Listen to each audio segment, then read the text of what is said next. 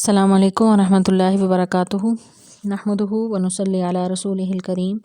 اما بعد فاعوذ باللہ من الشیطان الرجیم بسم اللہ الرحمن الرحیم۔ سورہ حجرات کے شروع میں ہم نے دیکھا کہ اللہ تبارک و تعالیٰ نے نبی اکرم صلی اللہ علیہ وسلم کے حقوق اور آداب بیان کیے، پھر اس کے بعد عام مسلمانوں کے باہمی حقوق و آداب معاشرت کا بیان شروع ہوا۔ پچھلی دو آیات جو ہیں آیت نمبر 9 اور 10 میں ہم نے دیکھا کہ اجتماعی حوالے سے مسلمانوں کے آپس میں کیا حقوق اور فرائض ہیں، کیا ذمہ داریاں ہیں، تو اس حوالے سے اللہ تبارک و تعالیٰ نے انہیں گائیڈ کیا اور یعنی حکم دیا گیا کہ آپس میں صلح صفائی سے رہنا چاہیے، اور اصلاح معاشرہ کے لیے کون سے امور ضروری ہیں ان کے متعلق جو ہے رہنمائی کی گئی۔ اگلی آیات میں اللہ تبارک و تعالیٰ نے انفرادی طور پر جو ہے ایک معاشرے میں رہتے ہوئے لوگوں کو آپس میں کیا معاملات کرنے چاہئیں اور کس طرح جو ہے وہ امن اور آپس میں اچھے تعلقات قائم ہو سکتے ہیں، اور اخوت کا رشتہ کس طرح مضبوط ہو سکتا ہے، اس حوالے سے رہنمائی فرمائی ہے۔ اعوذ باللہ من الشیطان الرجیم۔ یا ایھا الذین آمنوا، اے وہ لوگو جو ایمان لائے ہو، لا نہیں، یسخر مذاق اڑائے، قوم ایک گروہ، من قوم کسی دوسری قوم کا، عسیٰ کیا عجیب ہے یا ہو سکتا ہے، ان یکونوا وہ ہوں، خیراً بہتر، منہم ان سے، ولا نساء اور نہ عورتیں، من نساء عورتوں سے، عسیٰ ہو سکتا ہے، ان یکنہ کہ وہ عورتیں ہوں، خیراً بہتر، منہن ان سے، ولا تلمزوا اور نہ عیب لگاؤ، انفسکم آپس میں ایک دوسرے کے، ولا تنابزوا اور نہ چڑھاؤ، بالالقاب برے ناموں سے، بئس برا ہے، الاسم نام، فسوق گناہ کا، بعد الایمان ایمان کے بعد، ومن لم یتب اور جو نہ جس نے توبہ کی، فاولئک یہی لوگ ہیں، ہم الظالمون ظالم۔ اللہ تبارک و تعالیٰ نے یہاں پر کچھ آداب بتائے ہیں ایک معاشرے میں رہتے ہوئے کون سے ایسے برے اعمال ہیں جو آپس میں ناچاکی پیدا کرنے کا باعث ہیں اور یا آپس میں اختلافات پیدا کرنے کا باعث ہیں، دلوں کو دور کرنے کا باعث ہیں۔ تو اللہ تبارک و تعالیٰ نے اس آیت میں 3 ایسے امور کی طرف نشاندہی کی ہے جو آپس میں جو ہے وہ دلوں کو دور کرنے کا باعث ہیں اور اخوت کے رشتے کو کمزور کرتے ہیں۔ تو سب سے پہلی چیز جس کے بارے میں اللہ تبارک و تعالیٰ نے یہاں پر ذکر کیا ہے اس آیت میں، وہ ہے یسخر، یعنی لا یسخر، نہ مذاق اڑائے۔ سخر جو ہے سخریہ سے ہے، یا تمسخر کا لفظ بھی اس کے بارے میں استعمال ہوتا ہے۔ تمسخر جو ہے اس سے مراد کسی شخص کی تحقیر اور توہین جو ہے اس کے لیے کسی کے عیب کو بیان کرنا، یا کسی کا ذکر اس انداز سے کرنا کہ اس سے جو ہے وہ اپنی ذلت محسوس کرے، لوگ ہنسنے لگیں، اس کا مذاق اڑایا جائے، اس کے یعنی جسم کے حوالے سے یا اس کے علم کے حوالے سے، اس کے حسن کے حوالے سے، تعلیم کے حوالے سے، کسی بھی حوالے سے کسی بھی شخص کو مجلس میں یا کسی لوگوں میں یا کسی بھی ایک شخص کے پاس اس انداز سے اس کا ذکر کرنا کہ اس میں اس مراد جو ہے اس کی تذلیل ہو اور اس کی تحقیر ہو، اس کی توہین کرنا مقصد ہو، خواہ اس کے لیے کوئی بھی شخص جو ہے وہ زبان سے الفاظ ادا کرے یا اشارہ ہی کرے اور اس اشارے میں ہی کسی کی تحقیر ہو یا اس کی توہین کرنا مقصد ہو، تو ایسا عمل جو ہے وہ تمسخر کہلاتا ہے۔ تو یہاں اللہ تبارک و تعالیٰ نے اس کے بارے میں سختی سے منع کیا ہے کہ لا یسخر قوم من قوم، کہ کوئی بھی شخص کسی کا مذاق نہ اڑائے۔ قوم کا لفظ جو ہے عموماً یہ لفظ استعمال ہوتا ہے تو اس میں تمام لوگ ہی مراد ہوتے ہیں، مرد اور عورتیں سب اس میں شامل ہوتے ہیں، لیکن یہاں پہ یہ لفظ جو ہے عورتوں سے الگ اللہ تبارک و تعالیٰ نے استعمال کیا ہے، کیونکہ اس کے بعد عورتوں کا نساء سے آگے ذکر جو ہے عورتوں کا الگ سے کیا گیا ہے، تو یہاں پر قوم سے مراد جو ہے صرف مردوں کی جماعت مراد لی جائے گی۔ تو اس میں یعنی ہم یہ دیکھتے ہیں کہ یہ ایسا قبیح عمل ہے کہ اللہ تبارک و تعالیٰ نے یا ایھا الذین آمنوا کے لفظ سے تو مخاطب کیا، لیکن اس کے بعد الگ الگ سے مردوں کے لیے الگ حکم دیا، عورتوں کو الگ سے حکم دیا۔ قرآن پاک میں عموماً ہم یہ دیکھتے ہیں کہ کوئی بھی حکم دیا جاتا ہے تو وہ اکٹھا ہی پورے تمام لوگوں کو حکم دیا جاتا ہے، اس میں مردوں اور عورتوں کو الگ سے حکم نہیں دیا جاتا۔ لیکن یہ ایسا کبھی عمل ہے، ایسا برا عمل ہے اور دلوں کو دور کرنے والا عمل ہے کہ اللہ تبارک و تعالیٰ نے مردوں کو الگ سے نصیحت فرمائی، عورتوں کو الگ سے اس پر جو ہے وہ منع کیا گیا۔ مردوں کو کہا کہ کوئی بھی مرد کسی دوسرے مرد کا مذاق نہ اڑائے کہ ہو سکتا ہے کہ وہ اس سے بہتر ہوں، ولا نساء من نساء، اور نہ عورتیں کسی عورتوں کا مذاق اڑائیں، عسیٰ ان یکن خیرا منہن، یہاں تک کہ یعنی ہو سکتا ہے کہ وہ عورتیں ان عورتوں سے بہتر ہوں۔ تو یہاں پر اس پر مفسرین یہاں پر الگ الگ خطاب کرنے کی مختلف حکمتیں بیان کرتے ہیں۔ بعض مفسرین کہتے ہیں کہ اسلام میں یہ تصور ہی یعنی کمبائنڈ گیدرنگ کا تصور ہی نہیں ہے کہ مرد اور عورتیں اکٹھے ہوں، اور ظاہر ہے اکٹھے ہوں گے تو مرد عورتوں کا یا عورتیں مردوں کا مذاق اڑائیں گے، تو اسلام میں یہ تصور ہی نہیں، اسی لیے ان کو الگ الگ جو ہے وہ مخاطب کیا گیا کہ مردوں کی مجلس الگ ہوتی ہے تو مردوں کو حکم دیا گیا کہ تم آپس میں ایک دوسرے کا مذاق نہ اڑاؤ، اسی طرح عورتوں کی الگ مجلس ہے تو انہیں الگ حکم دیا گیا۔ بعض مفسرین کہتے ہیں کہ الگ الگ حکم دینے کا مقصد یہ ہے کہ اس عمل کی جو ہے وہ اس کی قباحت کو بیان اللہ تعالیٰ کر رہے ہیں، اس پر یعنی تاکید کر رہے ہیں خاص طور پر مردوں کو الگ سے اور عورتوں کو الگ سے کہ یہ جو ہے یہ عمل تم نے نہیں کرنا۔ بعض مفسرین یہ کہتے ہیں کہ عورتوں کو الگ سے دوبارہ ذکر کرنے کا، قوم میں مرد اور عورتیں سب ہی شامل ہیں لیکن عورتوں کو دوبارہ سے پھر تاکید اس لیے کی گئی ہے کہ اس عمل میں زیادہ تر مبتلا جو ہے خواتین ہوتی ہیں، اور خواتین بہت زیادہ جو ہے ایک دوسرے کی تحقیر کرنے کے لیے، ایک دوسرے کو ٹونٹ کرنے کے لیے، یعنی چغلی کا عمل بھی ہے اور اس طرح کا جو ہے اشارتاً بھی ایسا کرتے ہیں کہ جس سے کسی کی تحقیر ہو اور آپس میں نفرت ہو، تو اس لیے عورتوں کو اللہ تبارک و تعالیٰ نے الگ سے مخاطب کیا۔ بہرحال یہ ایک برا عمل ہے جس سے اللہ تبارک و تعالیٰ نے منع کیا ہے، یہ اخوت کے رشتے کو کمزور کرنے والا ہے، دلوں کی دوری کا باعث ہے اور لوگوں کے یعنی آپس میں نفرت کے جذبات کو ابھارنے کا ذریعہ ہے، اس لیے اللہ تبارک و تعالیٰ نے یہاں پر خاص طور پر جو ہے وہ مردوں اور عورتوں کو الگ الگ ذکر کر کے اس سے منع کیا ہے۔ عبداللہ ابن مسعود فرماتے ہیں کہ اگر میں کسی کتے کے ساتھ بھی استہزاء کروں تو مجھے ڈر ہوتا ہے کہ میں خود کتا نہ بنا دوں، یعنی صحابہ اس معاملے میں بہت زیادہ محتاط رہتے تھے کہ کسی کا استہزاء نہ کیا جائے، تمسخر نہ اڑایا جائے، کہ وہ کہتے ہیں کہ میں کسی جانور یعنی کتے تک کا بھی کوئی مذاق اڑاؤں تو مجھے یہ ڈر ہوتا ہے کہ کہیں میں ایسا نہ ہو جاؤں۔ تو اس لیے صحیح مسلم میں بھی روایت ہے، حضرت ابو ہریرہ سے روایت ہے کہ نبی صلی اللہ علیہ وسلم نے فرمایا کہ مسلمانوں کی صورتوں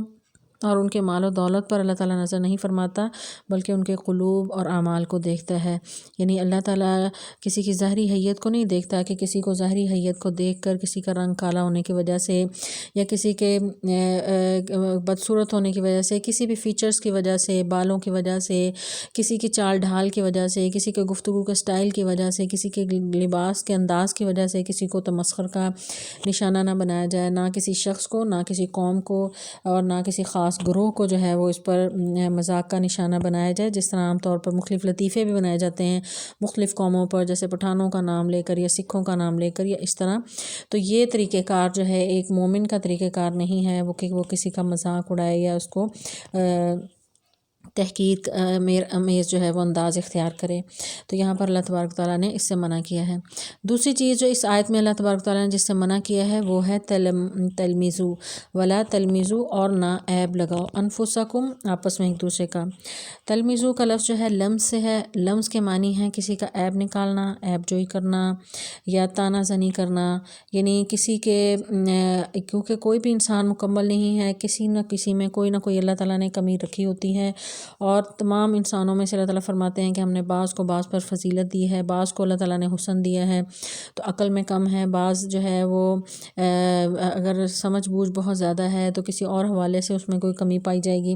تو مختلف طرح کے لوگ ہیں، اور کسی کی کوئی کمی دیکھ کر اس کو یعنی مذاق کا نشانہ بنانا، اس کے عیب تلاش کرنا، یہ ایک مومن کا خاصہ نہیں ہے۔ یہاں پر اس آیت میں اللہ تعالیٰ نے منع کیا، اور یہاں پر قابل توجہ بات یہ ہے کہ اللہ تعالیٰ نے یہ فرمایا کہ وَلَا تَلْمِزُوا أَنفُسَكُمْ، انفسکم کا مطلب ہوتا ہے آپس میں، یعنی اپنے آپ کو، تو اسی طرح ایک اور جگہ قرآن پاک میں اللہ تعالیٰ فرماتے ہیں وَلَا تَقْتُلُوا أَنفُسَكُمْ، آپس میں ایک دوسرے کو قتل نہ کرو۔ تو کوئی اپنے آپ کو تو قتل نہیں کرتا، اسی طرح کوئی بھی اپنے عیب تو نہیں نکالتا۔ تو انفسکم کا لفظ استعمال کرنے کا مقصد یہ ہے کہ اگر جس طرح انسان اگر کسی دوسرے کا مذاق اڑاتا ہے تو وہ بھی اس کا مذاق اڑائے گا، یا جیسے قتل کے لیے یہ لفظ استعمال ہوا، تو اگر کوئی کسی کو قتل کرتا ہے تو ظاہر ہے اس کے بدلے میں اس کو قتل کیا جائے گا، تو ظاہر وہ ایسے ہی ہے جیسے وہ اپنے آپ کو قتل کر رہا ہے۔ اسی طرح اگر کسی کے عیب جوئی کرتا ہے، کسی کے عیب ٹٹولتا ہے اور اس کی تشہیر کرتا ہے، اس کو ذلیل کرنا چاہتا ہے، تو وہ ظاہر ہے اس کی بھی عزت نہیں بچے گی۔ حدیث بھی ہے کہ اللہ تبارک و تعالیٰ فرماتے ہیں، حدیث قدسی ہے کہ کسی کی کوئی بھی شخص جو ہے اگر عیب جوئی کرتا ہے تو اللہ تعالیٰ اس کے عیب جو ہے لوگوں کے سامنے کھول کر بیان کرتا ہے، یعنی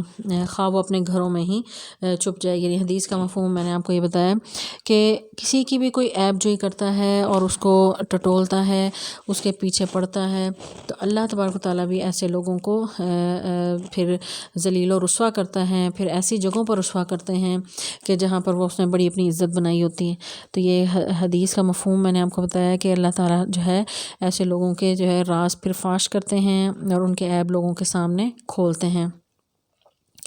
تو بعض علماء یہ کہتے ہیں فی کا عیوبن وللناس اعین، کہ تم میں بھی کچھ عیب ہیں تو لوگوں کی بھی آنکھیں ہیں، وہ بھی تمہارے عیب دیکھیں گے۔ اگر تم دوسروں کے عیب نکالو گے تو تم بھی کوئی مکمل نہیں ہو، تمہارے عیب بھی پھر لوگ دیکھیں گے اور تمہیں بھی اللہ تعالیٰ جو ہے وہ پھر رسوا لوگوں میں کریں گے۔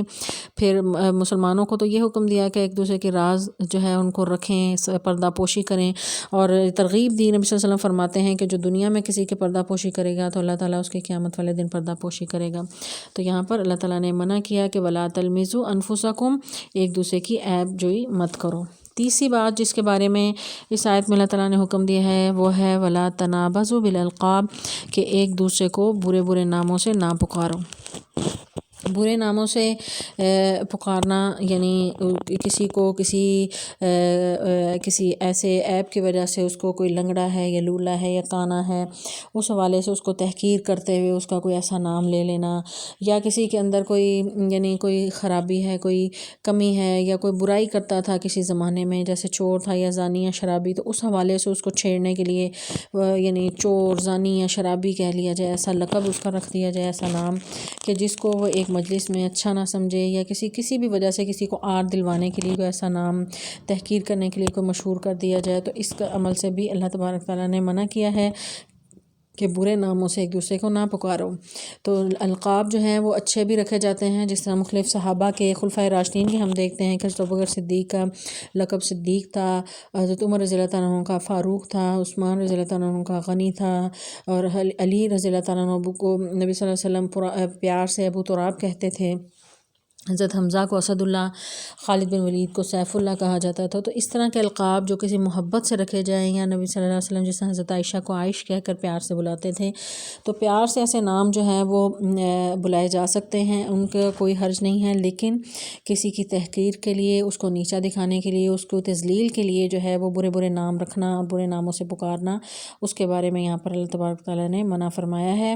تو پھر اللہ تعالیٰ فرماتے ہیں بئس الاسم الفسوق، بہت ہی برا نام ہے، تو مسلمان ہو، اپنے آپ کو مسلمان کہتے ہو، تو ایک مسلمان کی تو شان ہی نہیں کہ وہ دوسروں کے برے برے نام رکھے اور ان کی تذلیل کرے۔ تو اللہ تعالیٰ فرماتے ہیں وَمَن لَّمْ يَتُبْ، اور اگر تم نے توبہ نہ کی کسی شخص نے ایسے، فَأُولَٰئِکَ هُمُ الظَّالِمُونَ، تو ایسے لوگ ظالم ہیں۔ تو ظالم کون ہوتے ہیں؟ ظلم کے اور جو کسی کے ساتھ زیادتی کرے، جو ان کاموں میں سے کوئی کام کرے، یعنی کسی کے عیب جوئی کر رہا ہے، برے نام رکھ رہا ہے، اس کے جو ہے اس کی تحقیر کر رہا ہے اور برے برے القاب سے بلا رہا ہے، تو ایسے لوگوں کو اللہ تبارک و تعالیٰ نے ظالم کہا ہے۔ اور ظلم کے بارے میں نبی صلی اللہ علیہ وسلم فرماتے ہیں ظلم ظلمات من یوم القیامہ، کہ ظلم تو قیامت کے اندھیروں میں سے ہے، یعنی جو دنیا میں اگر کسی کے ساتھ اس طرح کا ظلم کرتا ہے، زیادتی کرتا ہے، تو اس کو جو ہے وہ قیامت کے دن اندھیروں کا سامنا کرنا پڑے گا۔ تو نبی صلی اللہ علیہ وسلم فرماتے ہیں کہ انصر اخاک ظالما و مظلوم، تم اپنے بھائی کی مدد کرو خواہ وہ ظالم ہو یا مظلوم ہو۔ تو صحابہ نے پوچھا کہ اللہ کے رسول، ہم مظلوم کی تو مدد کریں، ظالم کی مدد کیسے ہو؟ تو آپ نے فرمایا اس کو ظلم سے روکو، یعنی اگر کوئی ایسے لوگ جو ظالم ہیں، جو کسی کے ساتھ زیادتی کرتے ہیں، عیب جوئی کرتے ہیں، برے ناموں سے پکارتے ہیں، یا پھر جو ہے وہ عیب جوئی کرتے ہیں تو ایسے تمام کاموں سے جو ہے منع کرنا چاہیے، انہیں سمجھانا چاہیے، ظالم کو بھی روکنا چاہیے، یعنی جو کسی کے ساتھ زیادتی کر رہا ہے یا مذاق اڑا رہا ہے تو ان کو جو ہے تاکہ معاشرے میں امن اور سکون قائم ہو۔ اگلی آیت میں اللہ تبارک تعالیٰ فرماتے ہیں پھر اہل ایمان سے ہی اللہ تعالیٰ مخاطب ہیں، جس طرح کہ سورہ کے شروع سے ہی اللہ تعالیٰ اہل ایمان کے گروہ سے ہی مخاطب ہیں۔ اللہ تعالیٰ فرماتے ہیں یا ایھا الذین آمنوا، اے وہ لوگو جو ایمان لائے ہو، اجتنبوا تم بچو، من الظن گمان سے، ان بے شک بعض الظن بعض گمان اثم گناہ ہے، ولا تجسسوا اور نہ جاسوسی کرو، ولا یغتب اور نہ غیبت کرے، بعضکم بعض تمہارا، بعضا کسی دوسرے کا، کیا یحب وہ پسند کرتا ہے، احدکم تم میں سے کوئی ایک، کہ یاکلا کھائے، لحما گوشت، اخیہ اپنے بھائی کا، میتن مردہ، فکرہتموہ تو تم یقیناً اس کو ناپسند کرتے ہو، واتقوا اللہ تو پھر اللہ سے ڈر جاؤ، ان اللہ بے شک اللہ، تواب توبہ قبول کرنے والا، رحیم رحم کرنے والا ہے۔ پچھلی آیت میں بھی 3 امور سے اللہ تبارک تعالیٰ نے منع کیا، اس آیت مبارکہ میں بھی 3 ایسے کاموں سے منع کیا جا رہا ہے جو اخوت کے رشتے کو کمزور کرنے کا باعث ہیں اور دلوں کو دور کرنے کا باعث ہیں۔ تو 3 چیزیں جن سے اللہ تبارک تعالیٰ نے منع کیا ہے، ان میں سب سے پہلا جو ہے وہ بدگمانی ہے۔ ظن کا لفظ جو ہے وہ مختلف معنوں میں استعمال ہوتا ہے، یقین کے معنوں میں بھی استعمال ہوتا ہے قرآن پاک میں، جیسے الذین یظنون انہم ملاقو ربہم، اہل ایمان کے لیے اللہ تعالیٰ نے یظنون کا لفظ استعمال کیا تو اس کا مطلب جو ہے یقین کے معنوں میں، کہ وہ لوگ اہل ایمان جو اللہ کے بارے میں یقین رکھتے ہیں کہ وہ اپنے رب سے ملاقات کریں گے۔ تو ظن کا لفظ جو ہے وہ یقین کے معنوں میں بھی استعمال ہوتا ہے۔ تو گمان یعنی اس کا ایک معنی جو ہے یعنی گمان کے بھی ہیں، سوچ، کوئی بھی ارادہ کرنا، کوئی بھی گمان کرنا، یہ ظن کا لفظ جو ہے اس معنوں میں استعمال ہوتا ہے۔ تو اس کے جو ہے وہ مختلف طرح کے گمان ہوتے ہیں، کچھ جو ہیں یعنی یہاں پر اللہ تبارک تعالیٰ نے گمان کرنے سے منع کیا ہے، اور ساتھ ہی فرمایا ہے ان بعض الظن اثم، کہ ہر طرح کا گمان جو ہے وہ گناہ نہیں ہے، بعض گمان جو ہیں وہ گناہ ہیں۔ تو اب ہم یہ دیکھیں گے کون سے وہ گمان ہیں جو گناہ ہیں، جن سے منع کیا گیا ہے۔ تو گمان جو ہیں وہ ایک تو ہے سب سے پہلا حسن ظن، یعنی اللہ اس کے رسول کے بارے میں اچھا گمان رکھنا، کہ جیسا کہ نبی اکرم صلی اللہ علیہ وسلم فرماتے ہیں، حدیث قدسی ہے کہ اللہ تعالیٰ فرماتے ہیں کہ میں بندے کے ساتھ اس کے گمان کے مطابق ہوتا ہوں، کہ جس طرح کا گمان جو ہے انسان اللہ سے رکھتا ہے، اللہ تعالیٰ اس کے مطابق، اس کے گمان کے مطابق اس کے ساتھ معاملہ کرتے ہیں۔ یا بندے کا اللہ اس کے رسول کے بارے میں اچھا گمان رکھنا کہ اللہ تعالیٰ جو ہے اس کی مدد کرے گا، اس کو مصیبت میں نکالے گا، اور جو ہے نبی صلی اللہ علیہ وسلم کے بارے میں اچھا گمان کرنا ہے کہ آپ ہمارے لیے خیر اور بھلائی لے کر آئے تھے۔ تو یہ جو ہے یعنی حسن ظن اس سے مراد ہے، اور ایسا گمان کرنا، اچھا گمان کرنا ہی جو ہے وہ لازم ہے۔ دوسرا گمان جو ہے وہ ہوتا ہے جس کی بنیاد پر عدالتوں میں فیصلے کیے جاتے ہیں، کہ مختلف گواہ آتے ہیں اور گواہوں کی شہادتوں کی بنیاد پر جج جو ہے وہ گمان کرتے ہوئے فیصلہ کرتا ہے، تو ایسا گمان کرنا بھی جائز ہے۔ تیسرا گمان جو ہے وہ ہے اس کی یعنی اس نوعیت کا ہے کہ ایک معاشرے میں رہتا ہوا ایک شخص جو ہے سب کی آنکھوں کے سامنے برا ہے، شرابیں پیتا ہے، اس کا کردار اچھا نہیں ہے، تو اس کے بارے میں پھر بھی اچھا گمان رکھنا، یہ ایسا عمل جو ہے وہ بہتر نہیں ہے۔ وہ گمان جس سے منع کیا گیا ہے وہ ہے جو کسی بھی ایسے شخص کے بارے میں کوئی بھی نظریہ قائم کر لینا، یا ایسا خیال کر لینا، ایسا تخمینہ لگا لینا کہ وہ برا ہے، اس نے مجھے غلط انداز سے دیکھا، یا اس نے یعنی وہ ایسے ایسے کام کرتا ہوگا، اس طرح کے گمان سے جو ہے اس آیت میں منع کیا گیا ہے۔ تو اللہ تبارک تعالیٰ نے فرمایا کہ ان بعض الظن اثم، کہ بعض گمان جو ہیں وہ گناہ ہوتے ہیں۔ گمان یعنی سوچ، اس کا تعلق انسان کے سوچ سے ہے، یعنی کوئی ایسے خام خواہ دماغ میں خیالات لاتے رہنا، سوچتے رہنا۔ بعض لوگ جو ہے دوسروں کے بارے میں برے خیالات رکھتے ہیں، بعض اپنے بارے میں بھی خام خواہ سوچتے رہتے ہیں اور ڈپریشن میں چلے جاتے ہیں۔ تو یہ وہ بیماری ہے جو انسان کو جو ہے وہ اس کا سکون چھین لیتی ہے، اس لیے اللہ تعالیٰ نے یہاں فرمایا کہ بعض گمان جو ہیں یہ گناہ ہوتے ہیں۔ اسم ہے، اور اسم کسے کہتے ہیں جو نیکی سے دور کرے۔ تو جب انسان کے دماغ میں مختلف طرح کے خیالات ہوں گے، ہر وقت خواہ مخواہ کسی کے بارے میں سوچتا رہے گا، تو ظاہر ہے پھر نیکی کی سوچ تو اس کے دماغ سے دور ہو جائے گی۔ تو یہ ایسی سوچ اور ایسی نظریات جو ہیں وہ اس لیے اللہ تبارک تعالیٰ نے فرمایا کہ وہ گناہ ہیں۔ اور گناہ کیا ہے اس کے بارے میں نبی صلی اللہ علیہ وسلم فرماتے ہیں الاثم ما حاک فی نفسک، کہ گناہ وہ ہے جو تمہارے دل میں کھٹکے، یعنی جو تمہارا دل بتایا کہ یہ ایسا کرنا برا ہے۔ تو ایسے خواہ مخواہ کے ایسے خیالات لانا جو ہے ڈپریشن اور مختلف بیماریوں کا باعث ہیں۔ اس لیے اللہ تبارک و تعالیٰ نے یہاں پر حکم دیا کہ ان بعض الظن اثم، کہ بعض گمان جو ہیں وہ گناہ ہوتے ہیں، اس لیے جو ہے تم اچھا سوچا کرو، پازیٹیو تھنکنگ ہونی چاہیے۔ نبی اکرم صلی اللہ علیہ وسلم نے بھی فرمایا کہ ایاکم والظن